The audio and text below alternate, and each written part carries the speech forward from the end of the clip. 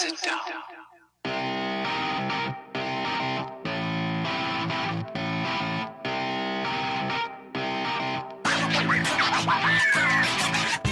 What is going on, Dads? And welcome to episode 38 of the Dads After Dark Show, recorded on Sunday, March 21st, 2021. We're your hosts, Drew and John, and thank you for joining us tonight for some Nintendo and the Dads After Dark Snyder Cut. John, buddy, how you been, buddy? We're getting a lot of each other to continuing the flow. We got it going on. What's new? What have you been up to? Good. I feel like we've slowed down a little bit. I kind of miss you a little bit, actually. We did, three podcast episodes in 8 days, but we've had a nice little break, and we're getting back to our regular flow a little bit. Yeah. But I'm excited tonight. I'm excited to talk. I love doing these episodes. So me too. What do we got? So much fun. Well, I mean, we had we played a little NES Online this weekend. That was fun. We did. We need to play that more. So the last time I played NES Online, we did it for the pre-monthly Mayhem contests, and it actually worked decently well, but it had some lag. But I remember the last time I played it, I had a lot of lag, and that was on my old internet, my old Comcast, and I have not even tried it since I got on like my fiber. And man, it worked great. We played ice hockey flawlessly on my end. I don't know if you had any lag. It was totally flawlessly. Yep. Except that I kept getting penalties, and I was not happy about that. Well, because I can hit the buttons faster than you. Well, maybe I was hitting the wrong button. I don't know if I was hitting A or B, but were you hitting both? I hit both. Yeah. Did I only hit A? That would have been the problem. Maybe. Yeah. It was like double the hit points for you. Well, let's not bury the lead here. I kicked your ass, Drew, in ice hockey. Timeout. It was like 5-3, okay? And it took me like 3 goals to figure out what the hell I was doing, so I forgot. Oh, God. Pathetic over here. I've never played ice hockey before. You got there's 2 buttons, okay? It's not that complicated. You outsmarted me a little bit. You had all skinny guys, and I had a couple fat guys. I just couldn't catch up. I know. I love the all skinny lineup. They can't shoot for like shit. They shoot and they're like the puck goes nowhere, but they just fly. It's so exactly. So what else been going on in the world of Denver and you and life? Yeah, we are getting some snow again right now. Spring has hit and we're gonna get snow for the next 5-6 days. Probably not that much. We had some company over today as we're kind of what is this now? We're getting close to April, but we're kind of transitioning into this post-COVID world. Yep. And but even a year in, still have the same problem with the in-laws. Mother-in-law comes over. Now they got vaccinated. Okay. So that's awesome. And they've been vaccinated for a few weeks now. Mm-hmm. And mother-in-law comes over and guess what? No mask on, and it's like, oh God, I'm kind of okay with it because she's vaccinated or whatever, but our kids aren't. So, we're just trying to be a little safe. But oh my God, every time she comes over or we go over there, it's the same story. I'm not sick. Yeah. And you have to go through and explain what a pandemic is. And, it's a year on. It's just a mask. Anyway, and then there was just a little bit of a blow up. Literally 20 seconds after she walked through the door. There was a little bit of an argument between her and my wife. So it was one of those As long things. as you weren't involved. That's the key. But, you know what? I saw it and I was like, yep, I don't know. I'm out of this. Yeah. But the state, our state just announced April 19th. Everyone over the age of 16 is eligible for vaccines. Oh, perfect. So you're eligible? I'll be eligible April 19th. Now you just turned 34, right? I did yesterday. Yes. Happy birthday, Drew. Thank you. Speaking of that, we braved the elements, my wife and I. Kind of like you said, we're slowly transitioning out of this, and it's tough because you want to go out, you want to do things. The last birthday was canceled, so we ended up going to the local casino. They have a lot of fancy restaurants. Went out to a really nice dinner. But it was nice. It was nice to, get out a little bit. We did a very little bit gambling. Like I said, still kind of steved out with certain things. We didn't play cards. We played. You ever see they have those new blackjacks where there's one dealer, but there's 100 virtual little videos. So you have real cards. I am not a casino guy at all. It's pretty cool. So it's one dealer. There's real cards. He's flipping the cards over, and there's a camera. So the camera sees the cards, and then you can see the camera on your screen. So like you and all these people have the same cards. Oh, But it's nice. I don't have to touch the cards. I don't have to do, you know, it's and it can stay my distance. So it's kind of nice. is this a safety thing or is this like something that has No, existed? they started this a little while ago because if you think about it, you'd have 100 people playing to one dealer. Right. So for So them, they can just it's make racing. money. Of course. Oh, okay. So it's always about the money. Interesting. I've never gotten into it, and Colorado does have a little gambling area too, but I've never got into it. So We actually have actually it's Connecticut, right over the border. I think it's one of the biggest casinos in the country. really? Spotswoods, yeah, it's pretty big. Oh, I've heard of it. Yep. Have you ever gone to Atlantic City? No, I've been to Vegas a bunch of times. The problem with those, they don't have, those casinos aren't huge though. There's just millions of them. In Atlantic City or Vegas, both, right? Oh, in Vegas? I mean, yeah, like, well, they're usually like a small area in the bottom of a hotel. Correct. Right, yeah. I mean, I don't know what you're looking for in terms of like a giant casino. You just have to play. I'm not looking for anything. I know. I do love Vegas. I like walking around there, but yeah, I generally don't gamble much. One time I did a business trip and I ended up at a blackjack table just because some other people played blackjack, and you know, I have never done it again. So, but no, that's cool. Yeah, East Coast is big for that too. My family was big into casinos and stuff, and just because we were like somewhat near, Atlantic City. Yep. You can usually, you can tell in people's proximity to a casino if they're actually interested in it. But now, like, almost every state has something. Oh yeah. Yeah. We have legal sports betting now, so I can go on my phone and I have the Rhode Island Sportsbook app, and I can gamble on pretty much any sport on my phone, which is great. Yeah, that's dangerous. Very common, very dangerous. Yes. Yeah. So what else, John? Shall we kind of move on? Is there anything else going on? You mentioned the Snyder Cut, and we talked a little bit about this before, but yeah, I just wanted to say I did see the Snyder Cut. I did not see the original Justice League. I saw just the Snyder Cut. Have you seen Batman versus Superman? No. So you haven't seen, you do watch a lot of the DC movies or just haven't watched those? I'm not a DC guy. I've seen all of like the Batmans, but that's about the only DC stuff I've seen. Well, you've seen like the Chris Nolan Batmans. You've seen. Yes, I've seen those in the original. Michael Keaton. Yeah, those. Okay. That's it. I think I've only really seen. I haven't seen any of like the Wonder Woman things. None of those. Oh, you haven't seen the Wonder Woman movies? No. Oh, you should totally watch those. Yeah.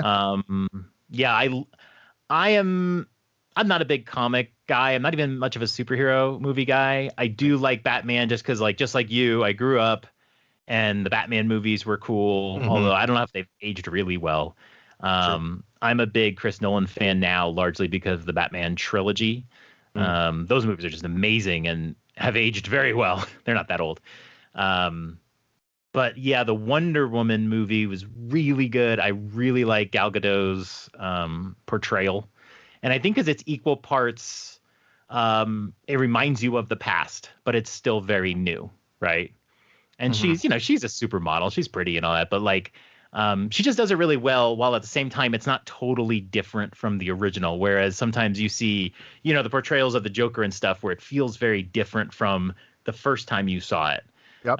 But her, it's like there's just so much of like Linda Carter and her performance. But Batman v Superman was like one of the worst movies I'd ever seen until Wonder Woman shows up right at the end, and it's just amazing. And then Justice League, I watched the Snyder Cut. It's 4 hours long. I did not realize it's in 4:3 format. I think it was like Brian mentioned that it was not widescreen, and I'm like, what do you mean not widescreen? And so I loaded it up on HBO Max, and I was like, oh my God, it's 4:3. Like, I think it's because it's like an IMAX sort of appearance. They said Zack Snyder fell in love with that box format. And it's like, I don't know why it's not in widescreen. But I watched it for 4 hours and did not even notice that it wasn't widescreen, which is really bizarre. That is crazy nowadays. But I actually really did enjoy it. It's very dark and very serious. It's nothing like the Marvel movies. And Marty dumped all over it too, because he's a big Marvel fan. But yep. I did like it because it has just more familiar superheroes. I'm not big into comics, but Superman, Batman, Wonder Woman, Aquaman. It's like I know the Flash. I know these people, and when I watch the Marvel movies, it's like drowning in superheroes. Like, who are these people? It's a lot. Yeah, and someone will come on the screen and people will be like, "Oh my God, it's Hawkeye's son," and I just like, I don't know who this is. And they're like, wait till after the credits, and you wait till after the credits, and there's just some arcane scene that's like, people will tell you, oh, it's hinting at some movie from. It's like, I don't care enough, but there's a lot of Wonder Woman and Justice League, so I'm all good with Justice League. And I don't even like Superman, but they had some really good Superman scenes too. So. That was a good one. So this is our Snyder Cut episode. That's and right. We're going to be 4 hours long. Yeah, it will not be 4 hours. Speaking of Chris Nolan, please tell me you've seen Interstellar. Dude, I love I love that movie. Love it. So good. I mean, it obviously was the best the first time you watched it, but it still is amazing. Yeah. But I wish I could. That's one of those movies. You talked about video games. Like, which one would you want to replay for the first time? I'd want to rewatch that movie for the first time. Really? That's a fantastic movie the first time. You just don't know what's really going. Did you cry during that movie, Drew? No, John, I didn't cry. I don't cry. How do you not cry? I don't cry during movies. So, quick story. I didn't realize I was a huge Chris Nolan fan until like a year or two ago, because I just didn't realize I loved Memento. And I love the Batman trilogy. And I loved what's the one with the magicians? The Prestige. Oh, that's a great film. And I was like, oh my God, like, I love Chris Nolan. I didn't realize, I don't follow that stuff. And I watched Interstellar. I watched Interstellar right at the end of a Hulu subscription. And it was so good. And so I told my wife, I go, you have got to see Interstellar. This movie is so fucking good. And then the Hulu subscription ended, so we had to rent it. So I literally was watching Interstellar again the same night that I had just watched it. And I watched the whole movie again with her, and I just like loved it. Right? It's so good. But so good. I cried like a baby. What? During the scene when he's the time jump, in the movie when they on the planet, and he's talking, he sees his kids and they're older. Oh, and they're talking to him like, oh, and he's like crying watching the videos, Oh my God, I like bawl every single time. It's so good though. Speaking of the Prestige or The Illusionist? What are you asking? Which one do you like better? Yeah. Oh, the Prestige. Yeah. I'm a huge Christian Bale fan. Illusionist was what? Ed Norton? Yeah, are you think that's not the one with like Jim Carrey, right? That was a different. No, The Illusionist, Ed Norton. I don't think I've seen The Illusionist. Maybe you need to put that on your watch list. Maybe. I mean, they came out at the same time. Chris Nolan didn't do it. What's that? No, but I think they came out around the same time. It was like the battle of the magic films. It's like very similar, same time period-ish type stuff. Yeah, I mean, I definitely didn't see this. The Prestige is such a mindfuck though, and it's got. What was The Illusionist? I don't know. I think The Prestige is better as well. I'm just saying they're both excellent films. But all right, let's move on, John. Let's move on to what have you been playing?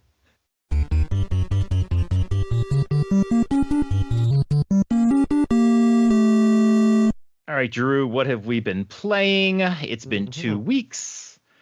Let us talk about what we have been playing. I'll kick us off this time around. I've played a few games. I am still working so hard on Bravely Default 2. How many hours do you think you're into this? My save file has passed the 30-hour mark this weekend. I am enjoying it. It is sort of grinding. It's got a lot of grinding. It's like Octopath Traveler, but the job system makes it a lot more fun. But yeah, it's making me feel like I'm losing a little bit on JRPGs, and we'll talk about that a little bit later. So it's like I'm enjoying the game, but I don't know if I want to play JRPGs very much anymore. Now, is that junior or Japanese? That is Japanese, not junior. Bravely Default. Okay, just making sure. And then I have played West of Dead on my Series X. So this was a Game Pass game. So one of those, let me give this a try sort of things. I've heard some people in the Dad Discord playing it.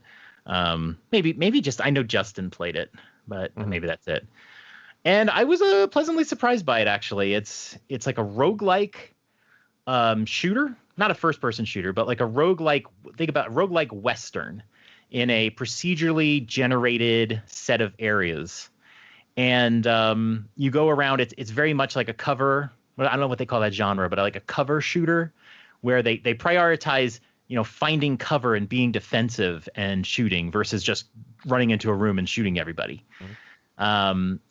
It has its flaws. It can be a little slow. Like when you play Hades, right? We loved Hades. There's like this freneticness. You go into a room and you're just like bam, bam, bam, bam, bam, bam, bam, grab an upgrade, go to the next room. This game lacks that. It feels sometimes plodding and slow. And then when you've played, sometimes you go on a run for like 30, 40 minutes and then you die and you start from the beginning. When I play Hades, I'm like, let's go. Let's fucking go again. I want to see what I'll find. In this game, you're like, I'm at the beginning. And it's like, okay. And there's the only thing that redeems it is there's a little wall with wanted posters. And so it's like, oh, there's a guy who's in this area. And you're like, okay, I need to get to this area. But it just doesn't have the same energy as Hades is. So I'm still kind of playing it. But it's more like I'll do a run every so often, maybe, but not like I can't stop playing this game. It's not like I want to do another one. I want to do another one. It's just, yeah. Okay. Today, I told you I had some family come over, and I downloaded. This is for you, Chris HL94. I have one more month of Game Pass Ultimate, so I get the EA Play games right now for free. So I downloaded NHL 94 Rewind. So I did ask you, were you the New York Rangers? No. I was the Jersey Devils, man. Come on. Devils. Chris Terreri. So he was the Avalanche because he's, this is Colorado, and I'm a Devils fan, so I picked the Devils. And yeah, it is basically NHL 94. Wasn't that the first game the Avalanche were in? I want to say yes. No, 94 might be too early. Well, you just said they were them. I thought they came out in 95, personally. I thought the Avalanche were 1995. Gosh, yeah, I don't remember. Anyways. I don't remember. I'm not a fan. I'm not a fan. Yeah, 94, 95, they moved, and relocated to Denver. So yeah, a little bit after that. Anywho, and I played NHL 93 as a kid. Me and my brother played NHL 93. That's a good one too. But yeah, no, 94 Rewind's great. It doesn't have like a million more options. It's not modernized. It really is just like the original game. And they just update the rosters. So you play with modern players. Okay. I guess I didn't realize. That's why I was asking. Okay, I didn't know that. Yeah, so the Devils have Nico and, it's cool. It's a modern roster. It's just the old game. We played. I don't know how to score. He won. My brother-in-law won 1-0. Well, let me tell you how to score for when you play him again. Okay. And Chris, you'll know exactly what I'm talking about. You have to do a wraparound, or you need to start from one side of the ice near and kind of go towards and just wind up for a slap shot. The key is once you start winding up, the goalie goes down, you go over, wrap around. That's how you score. There was like manual goaltending? Well, no, that's only on manual goaltending. I'm sure there'll be 100 goals. Yeah, you're right, because I wasn't controlling my goalie. No, I controlled my goalie when I got the puck for sure, but yes, you could definitely shoot it in your own net too. Okay. I know a lot about that game. I know. I remembered wraparounds like in the end of the second period. I was like, I think wraparounds are the key, and I just couldn't get in it. But tons of shots on goal. I mean, I assaulted my brother-in-law. Just assaulted him. Nothing would get through. So we had a lot of fun with that. We'll probably play it again if he comes over within the next month. And then he mentioned Blades of Steel, so I invited him to my little basement room where I have an actual NES set up with actual controllers, and I had the actual cartridge. And we played Blades of Steel, and I brutalized the guy. He was trying to talk to me about Bitcoin and Dogecoin. And I was Edmonton. And I was just I don't think he got a single shot on goal. Like, I was just assaulting him, and I would score against him, and I'd be like, yeah. And he's like continuing on about Bitcoin. And then eventually it was like 6-0, and we gave up. I had mutilated him. So, but I love playing the little NES. So good. But the big game I want to talk about, because I'm obsessed and talk about nothing else, is Life is Strange 2. I Talk about this completed every week. the one of the great things about playing this game is that my wife played with me, Drew. My wife played with Is me. it a co-op game? We don't co-op as much as we used to. We used to play. But is this? I thought this was a single player experience. Oh yeah, no, totally. No, she didn't like control very much. Oh, she watched along. Okay. Yeah, I but in don't. the old Yeah, days, she used to be like my wingman. We would play yeah. like a Zelda game, and Strategy guide. Yeah. yeah. So the interesting thing is like in this series, the first game is like beyond iconic, right? I'm like, this is like my only gaming community that I'm in now. I'm like obsessed, and it's mostly about Life is Strange. Life is Strange 2, nobody really talks about. Nobody really cosplays that much. And the story is very different, and it's a little darker and more stressful, I guess. But yeah, she started watching. I asked her to I said, watch the opening of this game because it's got a really cool opening to it. And then she stuck around a little bit longer, and then she didn't watch the rest. I had started the second episode, and she's like, "Oh, you started? I wanted to watch." And I was like, "Oh, I didn't know." And so she ended up watching the whole rest of the game. And yeah, so Life is Strange 2 centers around these two brothers. And early on in the game, a kind of tragic, I won't give anything away. It's a couple years old, this game. But their father is killed, and they end up running because they're afraid, because they're Mexican American, and they run away because they think the cops are going to arrest them, or they're going to be go through foster care and then get split up and that sort of thing. And this is like a heavy game. I had played episode 1. I think I talked a little bit about it on a previous episode. Mm-hmm. But like there are scenes where you have no money. You've been walking for days. Your little brother, and you're kind of older. You are 16 and your brother is 9. And you become like a father figure. Mm-hmm. And you haven't even told your younger brother that your father's dead. So it's like there is a heavy gravity to this game, and you end up going to this it's like a gas station or something like that along the highway, and you have to like decide if you want to like have your brother go beg for food from this family sitting at a picnic table. And then you have very little money. It depends on how you play the game. They actually show your current money, which is weird because story-based games don't usually do this. And it's like, oh, this is how much money you have in your wallet. And I'm like, really?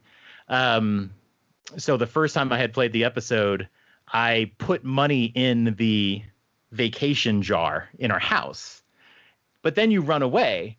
So the second time I played, I was like, no, I am stealing money from the vacation jar because I knew I needed money. Yeah. But you end up going to this convenience store and you're finding all this food, and you can decide if you want to buy it or if you want to steal it. Mm-hmm. And I'm telling you, it's super stressful. And I don't know how long this game's going to be or how much money I'm going to need.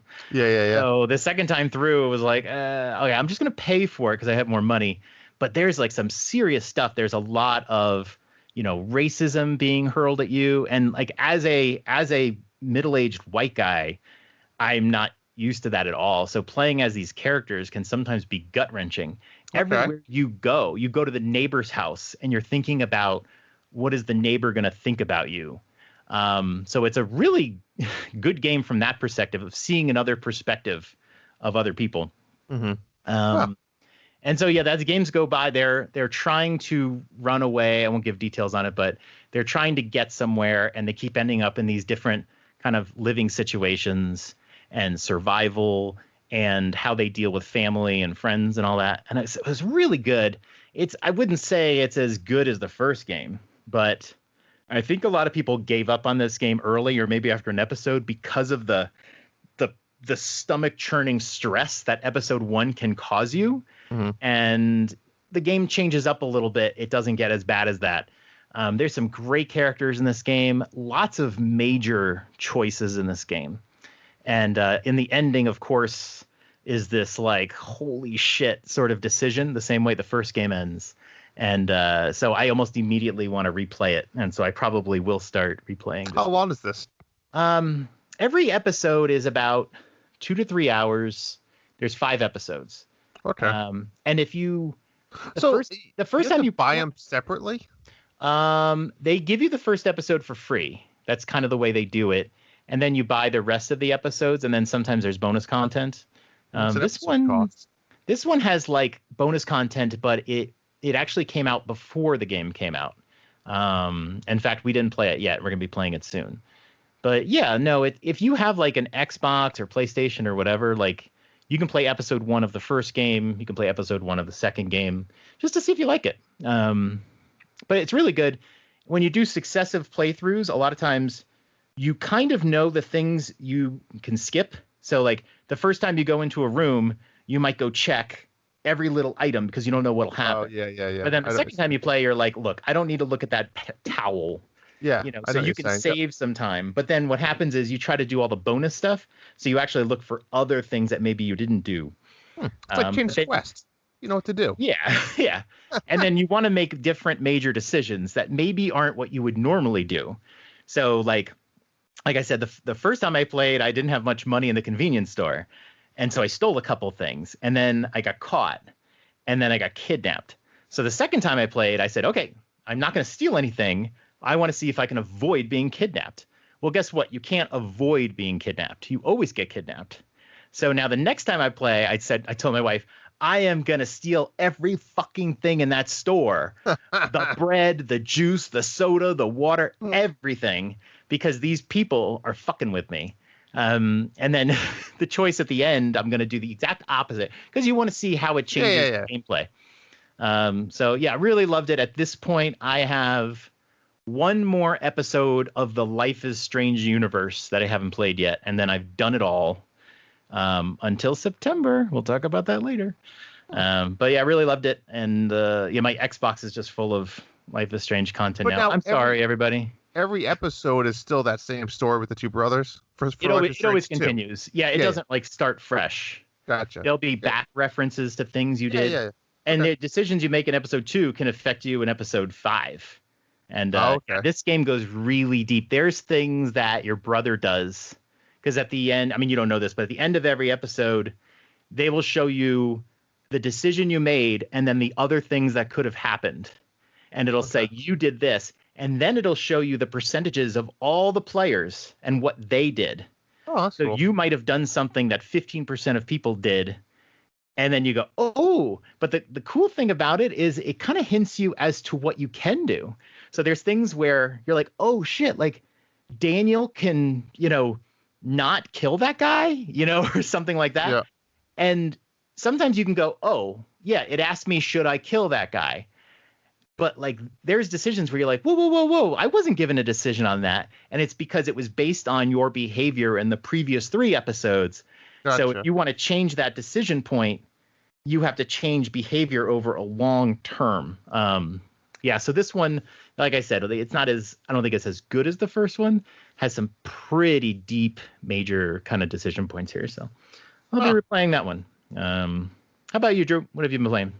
Yeah, I played a little bit. I've been in that kind of that video game lull. There's nothing out that's like really driving me to like want to play games and boot up the system. But I've been playing games definitely. So I've been playing 2 things in particular. Moving Out, of course. The new DLC came out, Movers in Paradise. So my wife and I actually played through and completed it. This was DLC. It expanded, I don't know, maybe 10 more levels with an island theme. Ton of fun. I don't know if we talked about this, but I think I maybe mentioned there was like crabs who would start taking the furniture out of your truck and putting them back. You did, yeah. But it was great. It was fantastic. It had new outfits. But you know what I did discover? So we beat the Movers in Paradise, and we actually went back. The last level, by the way, is fantastic. It's amazing. It's almost like they changed the entire element of the game, and it's like this platformer type style. Really? It's awesome. It was really, really cool. I love how they did it. So we went back and we started playing all the older levels that we didn't, So every level you can get, it's time-based, right? So you get a gold, silver, or bronze medal based on how fast you beat the level. So there's that. So we started trying to gold star everything. Good, and then there's good. Also, I'm proud of you, Drew. Yes, and then there's also 3 objectives. Like, for example, it might say, don't break the windows, or whatever it might be. So there's 3 objectives in every level on top of trying to get the gold. So yeah, we started going back and doing that. But what I noticed was when you load up a level, you can push like L or R. And I don't know if this was always there or if it's been there since we beat the game. It's actually the opposite. It's moving in. So when you pull up, all of the stuff's in your truck, and then there's like an outline in the house, and you have to move the furniture in. So I thought it was Oh, cool. I didn't know that it existed, but it was really cool. We tried it. Um, it's fun. It's a little difficult to find out. There's like a bunch of little squares. You're like, all right, is that a toaster or is that a book? Like, you know what I'm yeah. saying? Are they like squares? Or are they like? Do they kind of look like the item? They look like the item. So Okay. the outline looks like an item, but what I'm saying is there's a bunch of little square blots. Yeah. Like a toaster and a something. They kind of look similar, but I think they highlight green once you pick it up. So if I pick up that toaster, Mm. the highlight now turns green in the house. So I know I have to burn into that green highlight. Oh, okay. But yeah, it was cool. It was fun. I like moving out, more fun. But I mean, I just love this game. It's our nice It's cool. co-op. I game. love the 3 achievement things you have to do for each Yeah. level, and they usually they're kind of mutually exclusive, right? You can't possibly do all 3 of them on a run because sometimes it's like you have to do one thing and you can't do that unless you do the other thing. It gives it Yep. replayability. Yeah, I liked it even more than the bronze, silver, gold. Although, yeah, you got to go for the gold. Well, yeah, But you're I right. love And then doing all the that's too. Yep. achievements. Yeah. Yeah, you can't do both. So like I said, if it says don't break the windows, like I'm breaking every window so I can throw shit out the window to get it closer to my truck. Yeah, you can't get a gold unless you break the windows. So you have to do Sure. one run where you try to get the gold and break the Yep. windows, and then you got Yep. to do a run where you take 10 minutes and you Yeah. don't break the windows. Yeah. Yep. Exactly. Yeah. And then John, I mean, I did a thing. I started playing Pokemon. I don't know if I talked about this. We went with Let's Go Pikachu, and I decided I was going to play this game with my kids. So that was kind of the decision. Introduce them. I mean, they've seen Detective Pikachu. Um, they've seen stuff on the TV a little bit. They had like the Happy Meal toys once a long time ago. So they kind of know what Pokemon is, but never really saw it in action. And Let's Go, I talked to you a little bit, is the perfect game to kind of start. It's more of linear, and the kids love it. It's so easy that the kids can kind of play themselves as well. They can kind of walk around. They can throw the ball and try to catch the Pokemon, which I found that I suck at throwing those balls, motion control, trying to catch them. But yeah, it's good. I think I'm just under 20 hours.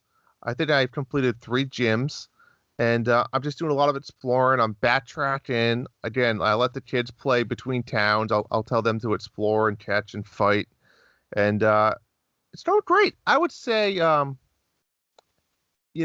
am enjoying the world of Pokemon, but I'm not, at least yet, obsessed with it, which is good, right? Mm-hmm. I'm not saying to myself, I need to go play every Pokemon game that ever existed. No, I'm going to finish this one. I'll see where I'm at. I'll see how long it takes me because I am kind of playing it slow with the kids. So I'm not just rushing through it. I try not to play if they're not around. I try to play only with them. So once I finish this, we'll see how long it takes. And then, if maybe I'll pick up Shield, maybe I'll wait and pick up one of the newer ones.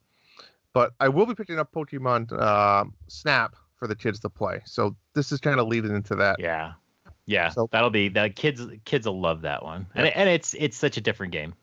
It is. And it's funny because, we look at the future, not to jump ahead, but, Monster Hunter is obviously coming out in a few days. Mm-hmm. And Monster Hunter is like a game for me, right? If you think about all the games I've loved, like that is game for me. The problem I have with Monster Hunter is it is very online based, right? Yeah. You want to go out and, you want to go have it, team up and go fight a monster. As you know, and a lot of people know, with young kids, that's not a great game when it's an online game. You can't pause it. Can't get up and put your controller down. I'm fighting a monster with people online. It's tough. So right. Yeah. I'm torn because that's not a game that like I just want to play by myself. Right. Which is tricky, right? So that's a game you want to play with other people. So I want to play it, but I probably won't for those reasons. I hear you. Yeah. So that's it. Those 2 games I've really been playing, and I'll probably continue playing those 2 for another 2 weeks, to be honest. You'll be moving in. I'll be moving in. That's right. Moving in. But all right. Anything else, or you want to start this off? No, I just wanted to. Yeah, I just your Monster Hunter Rise point because I'm in the same boat. Like it's coming out next week, and I'm kind of like a little bit on the hype, but I've tried Monster Hunter. I've tried at least 2 different versions of Monster Hunter in the past, and I'm always like, it's too much. It's like, if you want to get full into the game, you're talking hundreds of hours, and I don't really want to get full into the game. And I don't play online either for the same reason you are. Like, I'm kind of a play a game for 5 minutes, put it down. I play in between builds while I'm working sometimes too. So, but at the same time, I got it. I already have it because I had to get the amiibo that came with it. And yeah, I'm going to give it a try, but I'm the same as you. I might want to play online. But if you do play it, maybe you and I can do like a little bit of online, not 3 hours. Oh, yeah. Well, I'm really hoping for a soon release of Diablo 2, but I don't know. I don't know when that's coming. I don't think so either. And that, this has the same problem too. Like when we played Diablo 3, like it's hard to, if you can play an online game like this, like let's say theoretically, and this isn't going to happen, you and I decide we're going to play Monster Hunter Rise together, and neither of us are going to play without the other. Yes. Then it becomes a perfect scenario. We're always together. We're always progressing at the same rate. The problem with it is, like we saw in Diablo, you go to play with somebody and they're 80 levels above you and they're just trashing everybody and you're leveling up like crazy with no effort, and it feels cheap and boring. And I feel like the same thing might happen with Monster Hunter. You go play with somebody and either they're behind you and they're slow, or they're ahead of you and they're maniacs. And it's like, I don't know. And that's why you got to tell people, if, for example, Diablo 2, me and you are going to be playing through that entire game together. You're going to create a different character, right? So me and you, we'll build characters based, that complement each other. And then we'll have our side characters that if we did want to play solo, we play a different character. You know what I'm saying? As long as you don't get too far ahead, then you're like, this guy's like level 5. What a joke. But I understand you. We'll see. I wouldn't mind playing a little bit. I hear you. All right. Sure, we'll get a channel. Let's get into this top 10. Number 10. Predictions on Mario's fate for March 31st. When both Super Mario 35 and 3D All-Stars, I just tentatively on the eShop, are taken down. I mean, you can no longer purchase 3D All-Stars, and you can no longer play Super Mario 35.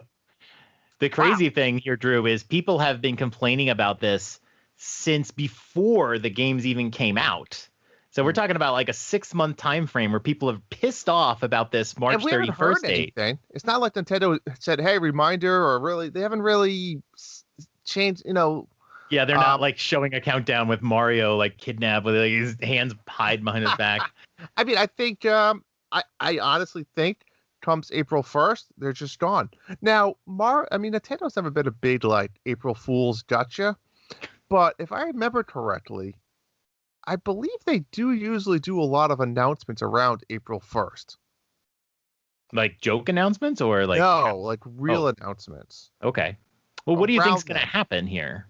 I think legitimately we wake up April 1st and they're just gone. No speak of it. It's just gone. Yeah, I don't know like what they can do. Okay, let's go through the options, and they all sound horrible, right? Like, okay, so you tell me as a video game player how you react to the following announcements, okay? April 1st comes, and they go, you know what? We're going to leave Super Mario 35 and 3D All-Stars up. Great. Really? Okay. I don't care. I mean, no effect on me. I would be a little annoyed because it'd be like, wait, we've been telling that it's going to go down and now it's just not? Okay. Yeah, that's what I'm saying. Whether they wake up and say, April Fools, we're just kidding, it's staying. Like, yeah, I mean, there's no scenario there that it makes them look good. Okay. What if they say, all right, Mario 35's gone. 3D All-Stars is being split up. You can't buy it together for $60, but you can buy them individually for $20. I mean, I think that'd be smart. You probably make more money off of it. Well, if they bought all three, it'd be the same price, right? Yeah, but maybe there's people that want to play just one, but they don't want to spend $60. Oh, I see. Okay. All right. I think that would be best case scenario. Okay. But then, like, what's the point of saying it's going to be gone? Is it like they're going to take all the anniversary sheen off of it and just make the games available individually without any of the bonus content? Which really is what? You know, just a little bit of reading material. Yeah. I mean, okay. What if they say you can buy all the games individually and they're $30 each? Oh, that's fucked up. That's fucked up. See, that's the thing. Like, in that case, it made sense. You get 3D All-Stars, you get the package deal, and now that package deal is not available. But if you try to make them available for $30 each, and these are older games, I think it just cheeses people off. But what do you do? Like, you're just not going to make these games available anymore? It pisses people off. But I mean, if you look at it from a standpoint of view of, would you pay $30 for Mario Sunshine if I wanted to play it? Yeah, that's a good deal. But now that we know we could have got them all for 60, it's not a good deal. But maybe you're right though. Like if somebody just wanted one and now they can pay $30 for it, still a good maybe deal. It's not terrible. Yeah, I don't know. I think if they do that, they're $20 each. Okay. Yeah, I don't really know. Now the Mario 35 thing is what's the kind of kicker. Because look at Tetris 99. That's still going strong. Still going. So why? I mean, I can't imagine servers or stop doing the events then if you don't want to plan the events. But it can't. I mean, I don't know. I played the shit out of this game. It did get very boring. Yes. And the only reason I played the shit out of it is because it was monthly Mayhem and it was a competition. If there was no competition there, I would have probably put 10 hours into it. Instead, I put 35 hours into it or whatever it was, you know? So, and even the shit talk, and we'll get to it later as well, about, well, Zelda 35's coming. I mean, why does that have anything to do with the fate of Mario 35? It should have nothing to do with, you know, it's not like Tetris 99 went away when Mario 35 came because you had to make room, like, you know? Yeah. That one's weird. It is weird. And before the game came out, when they had like showed it and said it was going to be gone, I was like, wow, this looks so fun. Like the thought of playing this online with people was like so much fun. And I did enjoy it. And I did enjoy that Mayhem a lot. Yep. But I really honestly have not played it for 3 months, even just to kill one Bowser and get a bunch of platinum coins. Like I just had no interest in it. So I don't mind if this game goes away. But at the same time, Tetris 99 is still going. Is it because Tetris is just more universal and you can jump into Tetris at a given time? Whereas, like you said, this gets boring. How many times can I play level 1-1 over and over and over again? Yeah.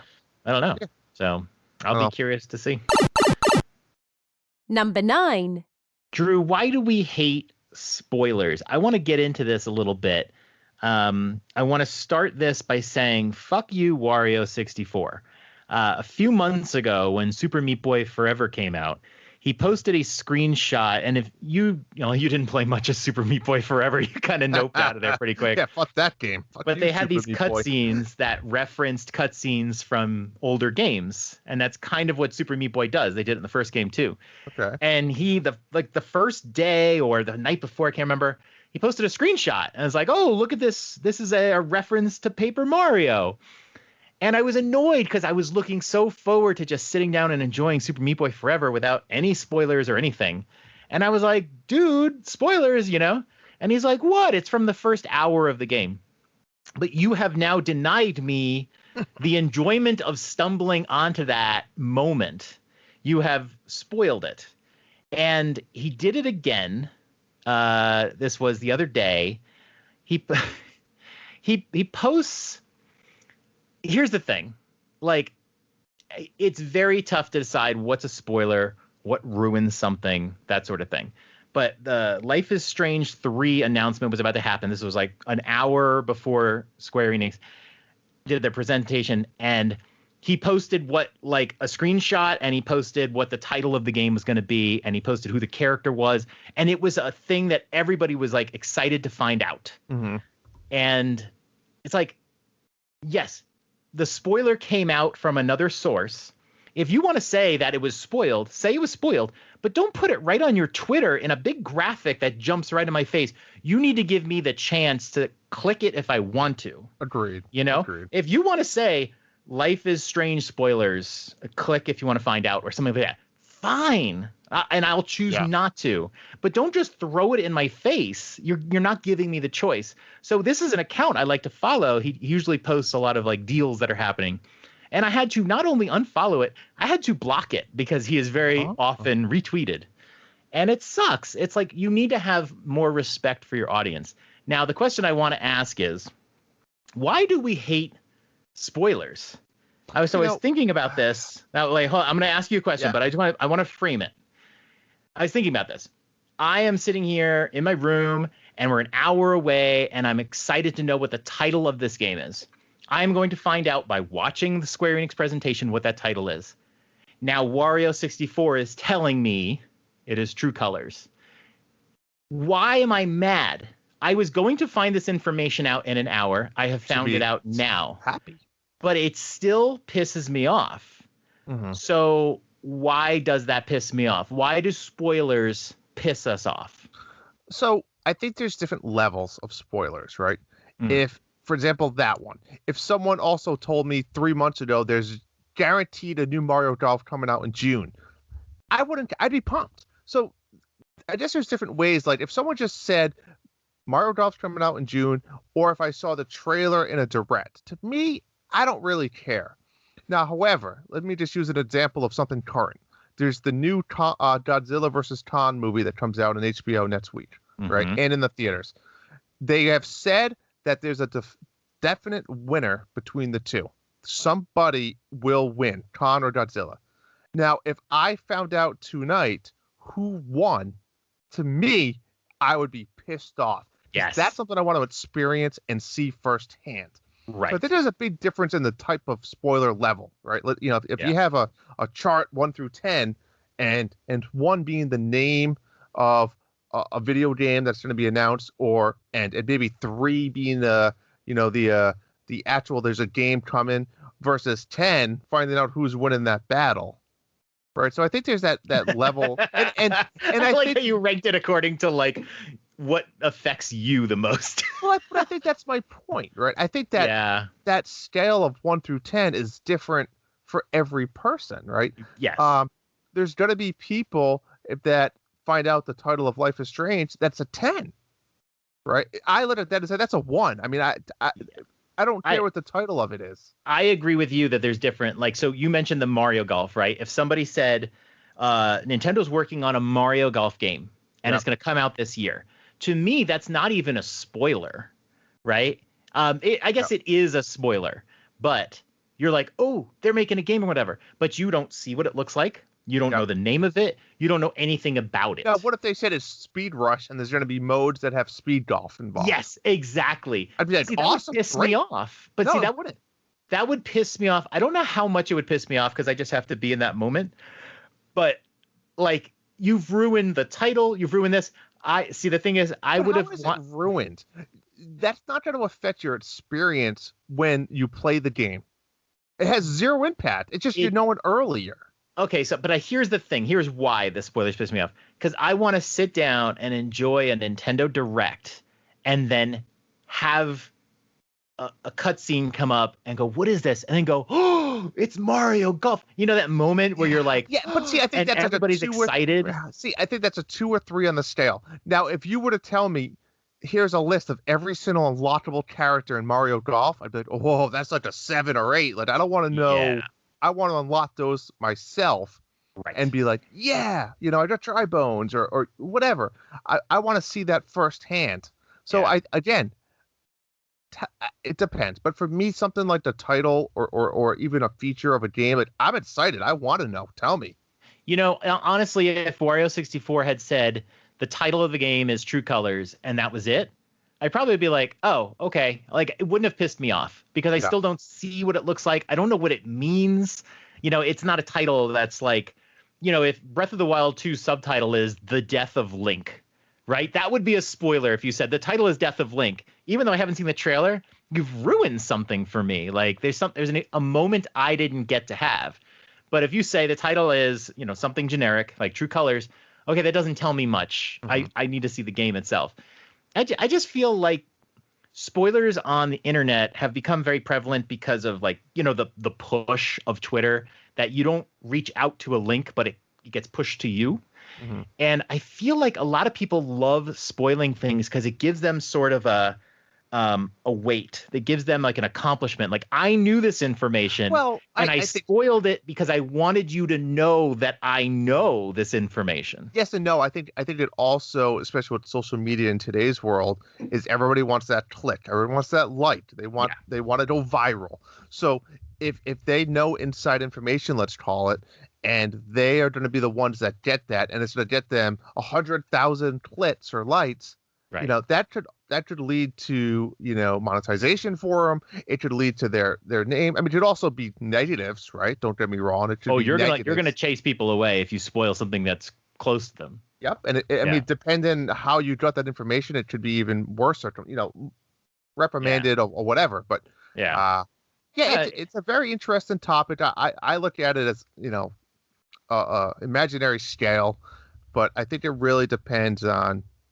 For me, it has to be a big time like spoiler that you want to see firsthand. So, the outcome of something, yeah. whether it's a movie or video game or whatever it might be. Well, and like you said, if I said, "Oh, King Kong wins," Drew, Yeah. then you can be sitting there trying to enjoy the movie, but knowing that Now, King yep. Kong wins just ruins everything anyway. Some Of course. dramatic moment where Godzilla's got his foot on his neck, and you're just like, it's not happening. doesn't matter. Exactly. It just ruins everything. So, and that's gonna be dangerous. There are gonna be people spoiling that because it just takes one word. And my problem is I'm gonna wait about a week and a half because I am again brave of the elements, and I'm gonna actually go to the movie theater for this one. Yeah, you're gonna get that spoiled, man. So I wanted it to open at night. I have other buddies that want to go the week after, so that's all right. We'll wait a week. I'll stay away from the internet. But okay, good luck, man.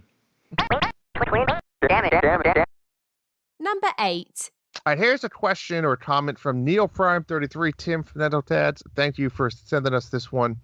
Does Nintendo grow with gamers, or do gamers outgrow Nintendo? Maybe this is why so many people are angry on the internet. They want Nintendo to grow with you, Wario. Change with them. But Nintendo is always about being accessible and fun for everyone, which means the longer we are fans of Nintendo, the more it is likely we will be disappointed. Let me reread that. The longer we are fans of Nintendo, the more it's likely we'll be disappointed. I think it's true of anything. That means? I think it's true of anything. I think if you're a fan of a band, right? At some point, I was a big fan of Marilyn Manson, and then I was a fan. I'm sorry. I was a fan long enough to really enjoy the prime of his career, and then I was a fan to see kind of like his change in style to a style I didn't really like.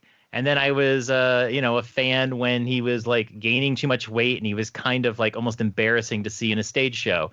And then I'm a fan when he's a sexual predator, and now I'm no longer a fan. So at some point they're going to let you down, because everyone will if you put people on a pedestal. And Nintendo's going to do it. Nintendo's going to make decisions that you don't like, and it's going to upset you. But I think the way this question starts, which is, do gamers outgrow Nintendo? And I think I've talked about this in the past, where a friend of mine who was a big Nintendo fan just stopped. He started getting hooked on Xbox 360 achievements. He got addicted to it, the more realistic games, the shooters, and he had just outgrown it. And that's fine. I mean, some people are going to outgrow it, or they don't have that joy. I think when this came up on the Nintendo Dads, I think Marty said it, that you've lost your joy. If you can't look at a game like Paper Mario, the Origami King, and see the toads and all that and just appreciate that, I feel like, yeah, you've lost some joy, that you need something more experiential, something realistic and gritty. You need Last of Us. You need a shooter. You need serious game mechanics, because you're not enjoying the whimsical stuff anymore. And a lot of Nintendo fans outgrow it. And as was mentioned too, come back to it. Some people will outgrow it and then come back. Maybe when they get a little older, they have kids, and they can appreciate it together. And you know what? It's okay. I mean, it's people's personal, their personal tastes at that time in their lives. Yeah, I mean, I think that's a fair one. I think I'm in a weird or unique situation where it's hard for me to look at it and say outgrow Nintendo, right? Because and really, like you said, it depends on your personal life. I play a lot of handheld, and when I'm on the TV, I'm playing the games the games that my kids are watching or playing along with me. So, yeah. I mean, don't get me wrong. Would I love to have a PS5 or Xbox and play some of the newer Lord of the Rings games that I never got to play, or things? Sure, I would love to, but time's valuable. I don't have time to do that, so I stick with one system. Yeah. But it's tricky. I think Nintendo does a good job of looking at the market and looking at society and seeing what fits well there, right? Yeah. I think the other two competitors right now are just focused on technology and graphics and things like that, where Nintendo has always looked at being different, and sometimes that different doesn't necessarily cater to your needs, right?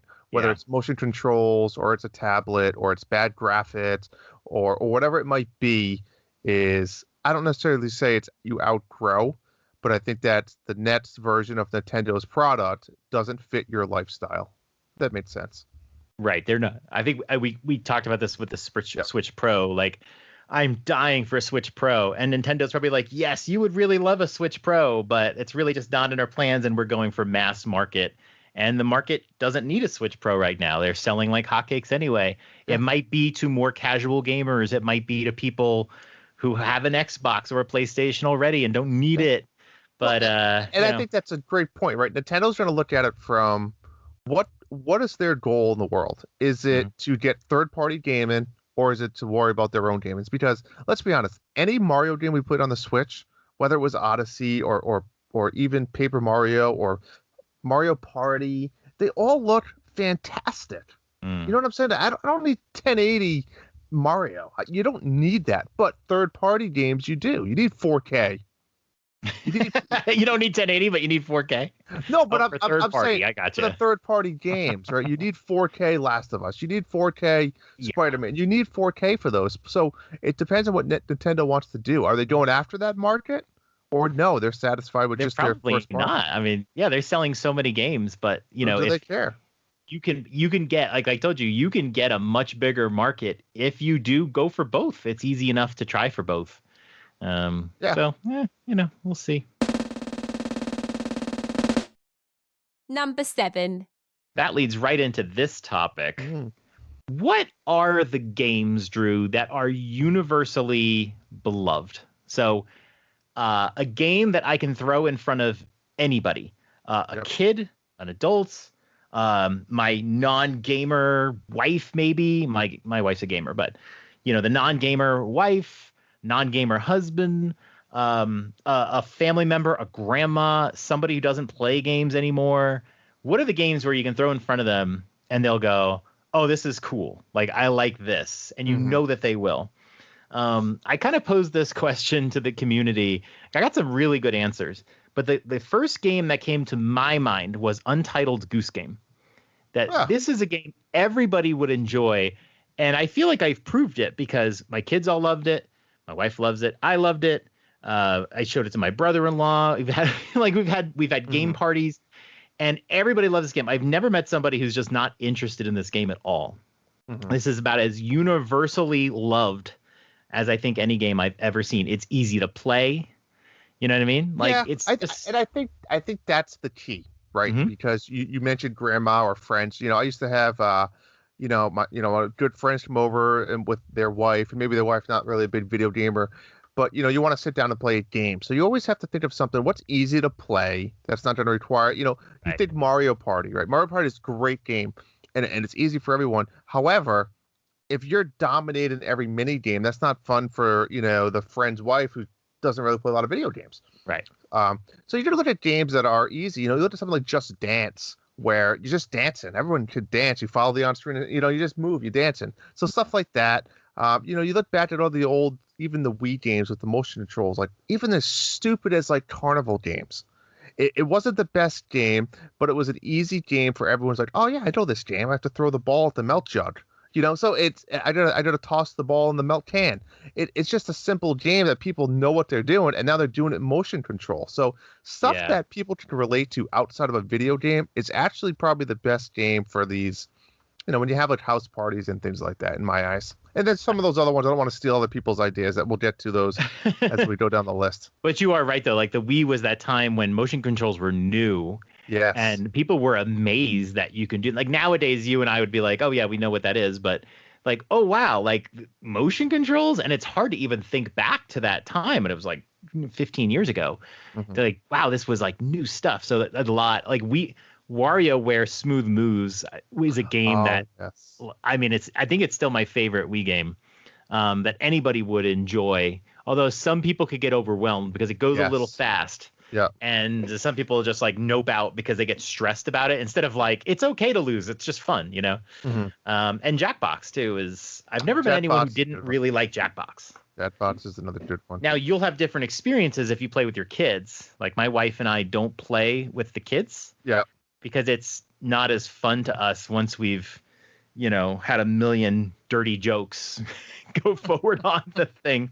Did I tell you we played, we had a team bonding thing like a month and a half ago or so? Yeah, it was February. And we played Jackbox online. And it was like so awkward initially because we get along really well. But nobody was sure like what the line was. The jokes. And I was like I was typing to one of my coworkers who was behind in a game, and I was like, it's time to roll out the Trump jokes, Oh, and then he did, and it was like sweep, and I was like, here we go. But open up the can of worms. Exactly. But yeah. So here's some other games that people brought up I thought that were pretty good. Hambone Johnny said Tetris. I don't know if we're talking about a specific version, but yeah, like the Game Boy system was launched with Tetris, and that's incredible to me. That's just a strategic puzzle game. Simple. And man, like that was the best decision maybe that Nintendo ever made. But just think how ballsy that is. Some puzzle game that most like nerds would like or something, but man, everybody loved Tetris. Solo something said Super Mario Brothers. What do you think about that? I'm not so sure, but what do you think? I think it could be hard, but I think people recognize Mario so much and they know that it's the original game where I didn't even get my mom to say, hey, do you remember this game? You guys used to play it way back in the day. Like, oh yeah, I remember. Let me see if I remember. And then they probably die in the first Goomba. But yeah, that's a tricky one. I could see that going either way. Yeah, I don't know how universal it is. It's definitely recognizable, and and that first level is a genius in game design. It basically taught you how to play. But yeah, I don't know. Like my parents weren't going to play Mario Brothers. I don't know. But yeah, it's beloved. The Goobla King on Twitter, Overcooked. Now he didn't say moving out, Drew. He said Overcooked, and I again don't know if I agree with this one. This is a great example of a game that stresses people out that shouldn't have to get stressed out, right? You're playing a game. I mean, you can get stressed out if you're competitive, that sort of thing. But like some people can't handle it because they find it too stressful. And you just tell them it's okay. It's okay if you don't do well. Like just have fun with it. Overcooked's such a great couch hop party game. I see. I've never. My problem with Overcooked is I've never played it with more than two people. I don't think. So you've played with three? I mean, it's pretty much a similar... No, I've just played me and my wife. With two. I've never played more than two. We need to talk. I really want to see if you guys want to get this. But it becomes hard because people can be competitive and all that stuff. I would love to play this with the Discord community. I really would. Yeah. And then the last one nailed this one. Brian S. Brian nailed it. I agree. Wii Sports. That was the first one that came to my mind, but I didn't want to steal it from him. That's and that goes back to what I was trying to say with the carnival games. But again, I didn't want to steal it. It's the same thing. People know what they're doing. I'm bowling. I'm playing tennis. I'm golf. Whatever it is. They know the motions. There's nothing to learn. It's kind of like the Wii blew their load like right on launch day. Like, because they came with the ultimate motion game, and they basically said, this is the pinnacle of motion controls, and it's all downhill from here. I mean, we had some good Wii games, like I mentioned, WarioWare, Smooth Moves, and all that, but like this is the pinnacle, and it's basically launch day. But yeah, I think, Brian, this is the ultimate one, even more than Untitled Goose Game or Tetris. Like, nobody played Wii Sports and was like, this is dumb. Everybody loved Wii Sports. What they did, they had like the Wii Resorts and all that other one. They should have just came out Wii Sports 2 and picked the next 5 big household name sports and just focused on that. You know what I'm saying? What would you have done though? Yeah, I guess you're right. They kind of picked the best ones for Wii motion control. They were never gonna top it. True. Everything, because even the 5 sports from Wii Sports, Like people loved tennis. I loved baseball. I loved the baseball one. They were all great. Yeah. Yeah, and golf was good and whatever, but like it Golf was goes good. downhill. Like the fighting one could have been more fun, but I always found it annoying. And plus, you had to get the nunchucks out. Yeah. So not even That all was of the them worst were one. But bowling, they had the other modes where you could do Mhm. like 100 pin mode and stuff. That was just fun. Yes, I loved it. So I I agree. love those. Yeah, I love those. Let's step up the intensity. Ouch!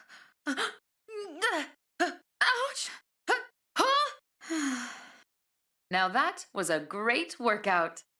Number 6. Drew, what the fuck is up with anniversaries? Who Look, this, fucking knows? This I is feel. stupid. Am I angry all the time? I feel like I don't know. So, for some reason, I think the whole thing with the Zelda 35th anniversary, like, so Nintendo did the Super Mario 35th Yeah, I mean, anniversary. can we ask the first question? Like, Yes. what's so special about 35? I have no idea. When you start doing that, you're setting yourself up your expectations of now I'm going to do it at 40. Now I'm going to do it at 45. I'm going to do it at like every 5 years. Like, Yeah, what was yeah. is it a cop out to say I'm going to do all this Mario related stuff because Mario's easy for them to do. People like Mario. Mhm. If they just did it in a random year, would it be weird? So they said, we're just going to make this a slow year. Let's just use Mario as our theme. Yeah, if they did like Super Mario Online instead of Super Mario 35, I think people would have loved it. Yeah. But you're right. Like you set people up for 35th, and immediately you had people saying, "Ooh, what about Zelda?"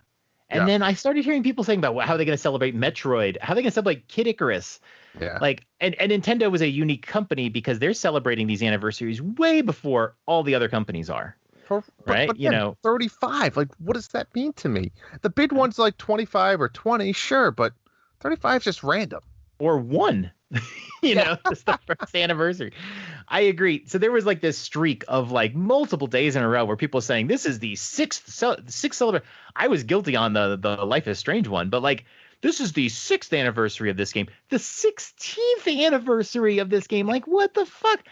They did it with Melee. They had an anniversary recently. It was like, oh my god! And how we're gonna celebrate it and whatever.